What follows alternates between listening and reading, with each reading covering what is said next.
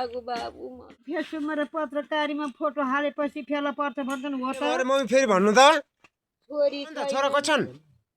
भएर के गर्ने यसले वास्तै गरे छैन भन्नु न कान छोरा कहाँ जानुभयो कान्छो छोरो हराएको 10 वर्ष भयो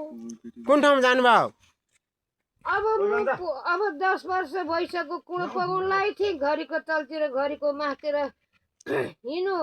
सिनकाल पनि पुगी पनौती पनि पुगी बनेपा पनि पुगी उरल मुनि पनि पुगो छोरो केही भएको छैन घर आउने मन छैन मन त सबै गरिसक्नु भयो हो भोग लाग्यो बाबु मलाई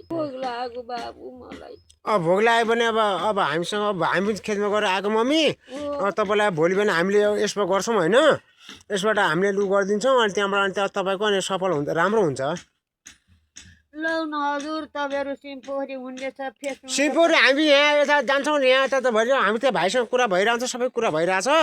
अनि त्यहाँबाट सबै कुरा गर्छौँ नि जेठो छोराले के गरेका छन् कान्छो छोराले के गरेका छन् को छोरा कहाँ छ कस्तो छ भनेर हामी त्यो उसमा गरिदिन्छौँ है धेरै माया गर्ने त कान्छो छोरो ए हस् हस् हस् मम्मी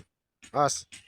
तपाईँले दुईटा छोरो द्याजु यहाँ हाल्यो ए हस् हस् हस् मम्मी हस् हस् हस् हस् खसेछ भरे खानै छैन ए हस् हस् अब हामीसँग अब हामी त्यत्तिकै हिँडेको अब भोलितिर आउँछौँ हामी फेरि कस्तो राम्रो बोली बच्चा ए हस् मम्मी हस् हस् हस् बाबु त्यो फेसबुकमा र पत्रकारीमा फोटो हालेपछि फेला पर्छ भन्छन् हो त हजुर हजुर भोलि आउनुहुन्छ तपाईँहरू हजुर हजुर हामी भोलि खेतमा आउँछौँ अनि त्यतिखेर कुरा गरौँ न मम्मी है ल हस् हस् ल हस्